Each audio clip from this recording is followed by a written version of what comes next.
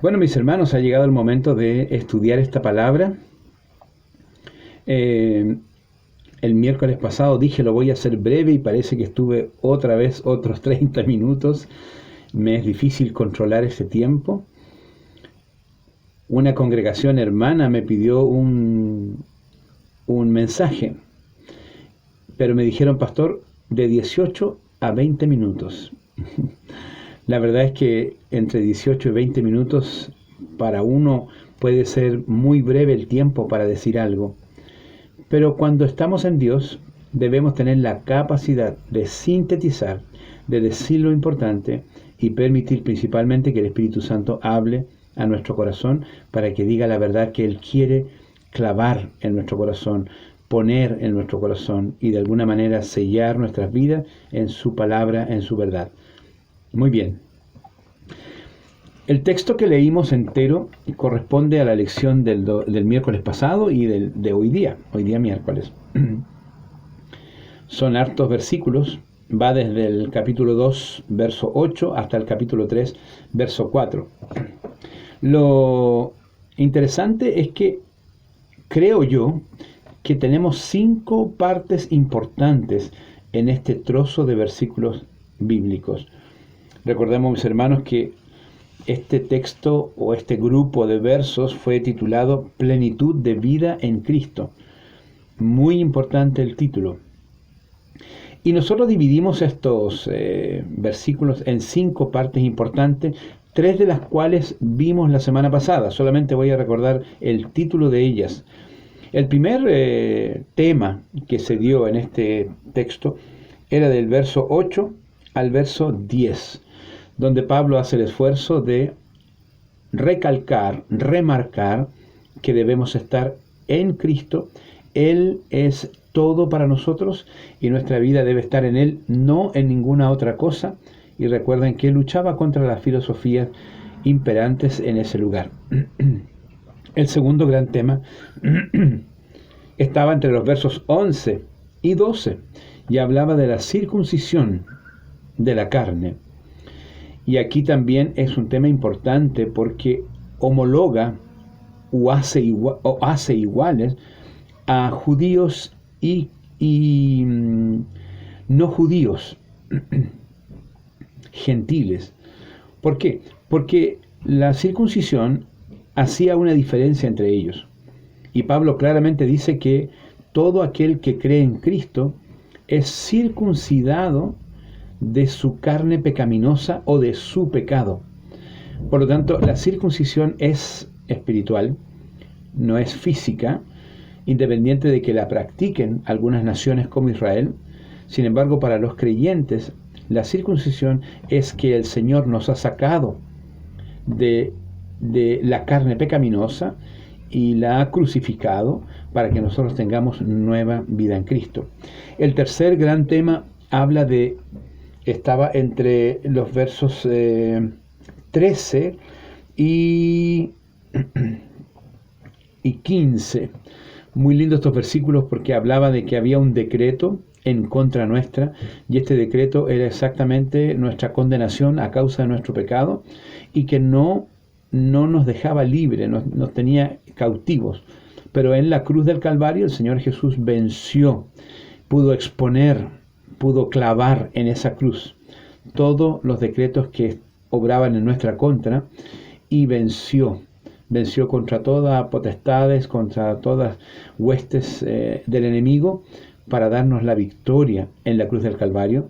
Por lo tanto, gloria sea al Señor. Y hoy día nos aboca los temas 4 y 5. El tema 4 yo creo que está entre el verso 16 y el verso 23 de este texto que leímos claramente. Y es interesante, aquí hay 3 cosas importantes que ver, si ustedes lo vuelven a leer. Pablo recomienda a los creyentes que ellos no se dejen llevar por ninguna recomendación humana o carnal que les dé prohibición corporal. ¿Qué significa? que modele de alguna manera su vida espiritual haciendo ciertos ritos o dejando de hacer ciertos ritos que pudieran, según él, lo que decían los filósofos, pudiera afectar la salvación o la vida eterna del alma de la persona. Cuando hablamos de estas filosofías griegas en todo el Asia Menor, también tocamos el tema de que ellos hicieron una gran separación entre la carne y el espíritu. Entonces, por un lado, liberaban al espíritu y decían que el espíritu era bueno, siempre bueno, y decían la carne es por tanto pecaminosa y mala, no hay futuro para la carne. Pero esta disociación provocaba que ellos tenían dos extremos. Por un lado, abusaban de todos los placeres carnales, pensando que la carne ya en sí estaba condenada y que esto no afectaba el espíritu de la persona. Y por otro lado, sublimaban el espíritu o exaltaban el espíritu del alma de la persona para que no tuviera ninguna relación con lo malo. Cuestión que es absolutamente equívoca, porque hoy día lo que hacemos mentalmente, físicamente, si es contrario a la voluntad de Dios, afecta inmediatamente nuestro espíritu, afecta nuestra relación con Dios. Por lo tanto, no podemos disociar o decir que nuestro cuerpo es una cosa y nuestro espíritu, nuestra alma es otra distinta. No es así. Los excesos que ellos caían, por un lado, eran el descontrol absoluto, culpando a la carne y dejando sobre ella toda condenación, de tal manera que no se hacían responsables de lo que hacía la carne. Pero por otro lado, con el mismo fin, provocaban un excesivo control sobre las personas, condicionando su salvación, condicionando su cercanía con Dios, su relación con Dios, en el cumplir ciertas cosas, ciertos ritos, ciertas prohibiciones, en beber ciertas cosas, en no comer ciertas otras, en hacer ciertas prácticas y otras no. Por lo tanto, cuando Pablo se enfrenta con los hermanos en Colosa, él se da cuenta que muchos de ellos están dejándose llevar por este control humano, por este control malintencionado que tiene solamente el deseo de que la persona se esclavice y no se libere en realidad. Yo he contado esto otras veces, voy a ser breve para no ser latero con ustedes. Hubo una época en mi juventud, a los 15 años, 16 años, que intenté controlar mis pensamientos de joven para no pecar contra Dios. Esa era mi intención. Y la verdad es que me acuerdo de eso porque creo que esto es lo que Pablo les hablaba a los hermanos. En la carnalidad, en la humanidad, en las fuerzas humanas, yo procuraba no tener un mal pensamiento contra Dios. Y esto, más que darme libertad y hacerme sentir muy bien, porque en el fondo estaba agradando a Dios, me daba una esclavitud. Puede sonar un poquito contradictorio, pero creo que lo vean en la correcta perspectiva. Procurando no hacer algo malo, en vez de sentir libertad en eso, me llevaba a una esclavitud. Significa que me concentraba de tal manera en aquello que mi vida perdía sentido. Mi relación con Dios perdía sentido. Solamente la práctica de ciertos ejercicios, por llamarlos así, que ni siquiera eran espirituales, eran más bien mentales, o de control mental, me llevaban esclavo. Y vivía así esclavo, y normalmente lo que ocurría era la derrota y no la victoria. Hasta que un pastor no nazareno me dijo: mira, cuando tú te enfocas en la cosa misma, en el problema mismo, y tu esfuerzo va al problema, vas a ser derrotado tarde o temprano. Y la frustración del cristiano que es derrotado va en aumento. Al principio se lucha, y al final, cuando se pierde tantas veces, se pierde la confianza de que uno puede tener la victoria. Y se abandona la lucha, y finalmente se dice: ya, yo soy así, o esto me pasa a mí, lo voy a dejar así nomás. Pero él me dio una recomendación muy sabia. Dijo: ven y concéntrate en Cristo. Eso que tú no puedes hacer, no luches con eso. Ven al Señor y permite que Él lo haga en ti. Y lo hice así. Me concentré en el Señor, me afirmé en el Señor Le pedí perdón, primero por intentar controlar algo que yo no podía controlar, segundo por aquello que me molestaba mucho en estos pensamientos, que eran malos, eran malas palabras en el fondo, que no quería pensar y se cruzaban por mi mente. Pero cuando estuve concentrado en el Señor, me di cuenta que Él me da el poder a través del Espíritu Santo para vencer. Y un día, no sé cuándo, me olvidé completamente del problema. Hoy lo traigo a colación porque la victoria no está en el tratamiento del problema, la victoria está en la concentración en Cristo Jesús.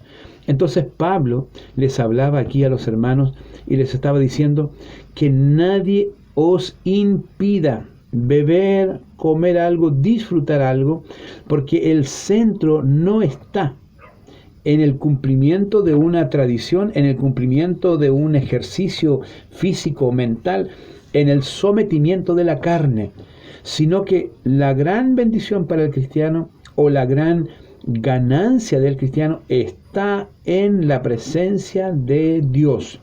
Y esta es una buena lección, mis hermanos. ¿Por qué es buena? Porque puede haber para algunos de nosotros una lucha interior sobre aquello que tú quieres vencer.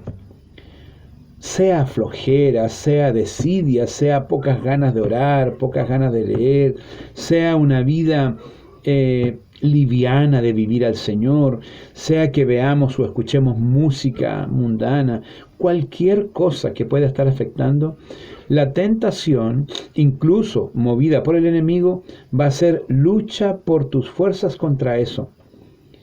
Y podemos luchar toda la vida, toda la vida. Y finalmente, y yo lo voy a basar en la palabra, finalmente vamos a ser derrotados. Y lo vamos a ver al tiro en un verso bíblico. Porque la victoria no está en ganar a una cosa. La victoria es someternos a Cristo Jesús de tal manera que Él nos da la victoria sobre aquello. Vengan conmigo al último verso de este cuarto tema, que tiene que ver con la libertad en Cristo. Mire, dice el verso 23. Tales cosas tienen a la verdad cierta reputación de sabiduría en culto voluntario, en humildad y en duro trato del cuerpo. Es decir, hacer cuestiones que procuran un mejor actuar, un mejor pasar, dice la palabra, que tiene buena reputación. Nadie hoy día podría oponerse, y nosotros menos, oponernos a una buena decisión, a una buena actitud, a una buena práctica o a dejar una mala práctica. Necesariamente eso es saludable, pero dice la palabra que tiene cierta reputación de sabiduría, cierta, hay algo bueno ahí. En un culto voluntario, en humildad y en duro trato del cuerpo. Es decir, yo puedo someter mi cuerpo para que no haga aquello que no quiero que haga. Pero miren lo que dice. Pero no tienen valor alguno contra los apetitos de la carne. ¿Qué está diciendo? Un ejercicio en sí, solo, de por sí, procurando lograr un avance espiritual, si lo hacemos en la carne, no tiene ningún valor contra los apetitos de la carne. Es decir, va a durar lo que dure tu aguante, va a durar lo que dure tu ánimo, va a durar lo que dure tu fuerza, pero va a llegar el momento en el cual te vas a rendir, vas a ser derrotado y volverás a hacer aquello por lo cual has luchado año tras año que no quieres hacer, sin embargo eres esclavo de eso. ¿Y por qué? Porque aquí dice claramente que no tienen valor, estos ejercicios carnales no tienen valor contra los apetitos de la carne. Entonces, el problema no está en la práctica de las cosas. No me malentiendan. Yo con esto no estoy diciendo que tenemos que relajarnos y olvidarnos porque no hay ninguna manera de ganar. No estoy diciendo eso. Estoy diciendo que debemos ganar a las malas prácticas, debemos ganar a aquellas cosas que no son buenas delante del Señor. Sin embargo, la manera de hacerlo no está en la práctica misma, en el sometimiento del cuerpo, como decían los filósofos de aquella época a los cristianos, y los cristianos se sometían a estas cosas. Hacían cuestiones, dejaban de hacer cuestiones, comían ciertas cosas, no comían ciertas cosas. Es decir, procuraban la bendición y procuraban el bienestar de Dios a través del cumplimiento de ciertas tareas o ciertas cosas que no eran espirituales. Y finalmente, no hay victoria. Hay sacrificio, tiene buena cara, pareciera una sabiduría, pero no tienen victoria porque los apetitos de la carne son más fuertes que esta práctica. Por lo tanto, la recomendación aquí, y pasamos al texto, al quinto grupo de texto, que es: busquemos las cosas de arriba. Y este sí lo voy a leer. Dice así, capítulo 3, versos 1 al 4, dice: Si pues habéis resucitado con Cristo, buscad las cosas de arriba, donde está Cristo sentado a la diestra de Dios. Poned la mira en las cosas de arriba, no en las de la tierra, porque habéis muerto y vuestra vida está escondida con Cristo en Dios. Cuando Cristo, vuestra vida, se manifieste, entonces vosotros también seréis manifestados con Él en gloria. Esta es la respuesta, mis hermanos. La práctica engañosa que daban los griegos y que confundía a los creyentes de Colosa debía terminar. No era una observación de ciertas tradiciones, no era el dejar ciertas cosas y hacer otras cosas como una manera de practicar el cristianismo, sino que todo aquello que tú debes hacer espiritualmente, toda práctica espiritual, todo bienestar espiritual, toda cosa que debes dejar y toda cosa que debes asumir como creyente, nace en el corazón del cristiano cuando su vida está en Cristo, y no solamente eso, sino que su mirada está puesta arriba en los cielos, en el Señor. De ahí viene el socorro, de ahí viene la buena manera para vivir las cosas de Dios. Por eso que esta es la última parte que yo llamo que es la mira en las cosas de arriba. Quiero recalcar algo para que no me malinterpreten. Debemos procurar lo bueno y siempre debemos hacer lo bueno. Pero el hacer lo bueno, el obrar bien, el tener una buena actitud, no es en sí misma, no es una práctica sola. Es el resultado natural de vivir una vida espiritual con Dios, de tal manera que mi actuar se conduce a partir del Espíritu Santo y se manifiesta en mi forma de ser. Por eso que no hay regla, por eso que la regla de oro es amar a Dios con todo el corazón, con todas las fuerzas, con todo mi ser entero. Y la segunda regla de oro es amar a mi prójimo como yo me amo a mí mismo. Dice el Señor que en estas dos prácticas, en estas dos leyes espirituales, está el cumplimiento de toda la ley. Por lo tanto, no somos ignorantes de lo que pasa afuera, ni debemos actuar ignorantemente, pero si somos espirituales y el Espíritu Santo mora en nosotros y le damos la soberanía al Señor que Él merece y vivimos con nuestros ojos mirando arriba a los cielos, de donde viene nuestra ayuda, nuestra manera de vivir será conducida por el Espíritu Santo. Y esa manera de vivir, el Espíritu Santo te va a decir: eso sí, bueno, hazlo, repítelo, es bueno para ti. No va a venir de la práctica en sí misma, sino de la voz del Espíritu Santo. Y cuando tú haces algo malo, el primero que te va a decir no es Él. No, eso no estuvo bien.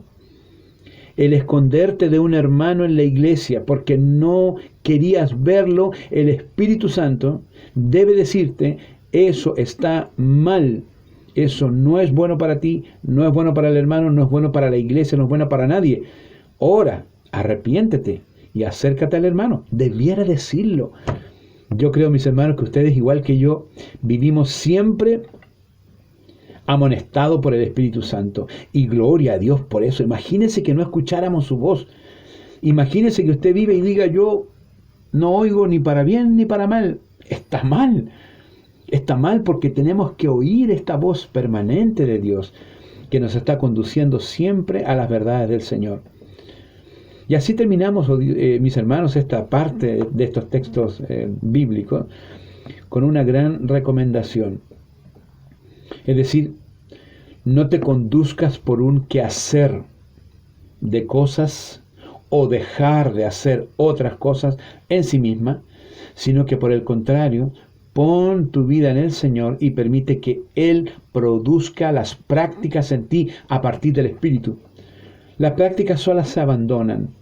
Por eso que muchas veces uno se plantea, voy a orar todos los días de tal hora a tal hora, lo voy a hacer y parto el 1 de enero. Yo te pregunto, ¿cuántas veces has llegado a febrero con esa buena práctica? A marzo. Muchas propuestas que nos hacemos son buenas, gloria a Dios por ellas, son buenísimas, pero cuando están hechas en la carne, en la pura intención humana, no van a tener un éxito, porque en sí misma no tienen poder contra los apetitos de la carne. ¿Me comprenden lo que dice la palabra? Sin embargo, esa buena práctica la vamos a hacer no a partir de ella. La buena práctica de Dios la vamos a hacer en la búsqueda espiritual de Dios, permitiendo que el Espíritu Santo nos alimente, nos llene el corazón y nos mueva a hacer aquello que es bueno y dejar de hacer aquello que es malo, sin tildar si una cosa en sí es buena o es mala, sino que nos guíe el Espíritu de Dios y tenga por seguro, mi hermano, mi hermana, que si somos guiados por Él, andaremos conforme a su voluntad y agradaremos al Señor en todo. En esta vida cada día aprendemos, cada día sabemos qué es bueno hacer y repetir, y qué es bueno no hacer y no repetir, no a causa de las recomendaciones humanas, sino a causa de la guía del Espíritu Santo que nos conduce en este camino. Mis hermanos, que Dios les bendiga. Vamos a cerrar este mini estudio con una oración y continuamos la próxima semana. Señor, gracias por la palabra que hoy hemos compartido. Confiamos, oh Dios, que el Espíritu Santo, como siempre, en su fidelidad nos habla hoy día. Queremos sentir total libertad, no para hacer lo que queremos, sino libertad para hacer lo que el Espíritu de Dios quiere hacer en nosotros. Por eso, buen Dios, antes de salir a practicar una buena vida, debemos estar en ti. Debemos concentrarnos en las cosas de arriba, buscar la presencia de Dios, la unción y la llenura del Espíritu Santo. Y sin duda, contigo, seremos de tal manera alimentados, de tal manera instruidos, de tal manera llenos, que haremos lo que es correcto, lo que conviene, y seremos cada día guiados por el Espíritu Santo de Dios, que quiere que nuestra vida sea perfecta, santa, como Dios es perfecto y santo. Bendice a mis hermanos y bendice esta palabra en el nombre de Jesús. Amén y amén. Dios les bendiga, mis hermanos. Escuchamos una alabanza más y luego cerramos nuestro culto de hoy. Amén.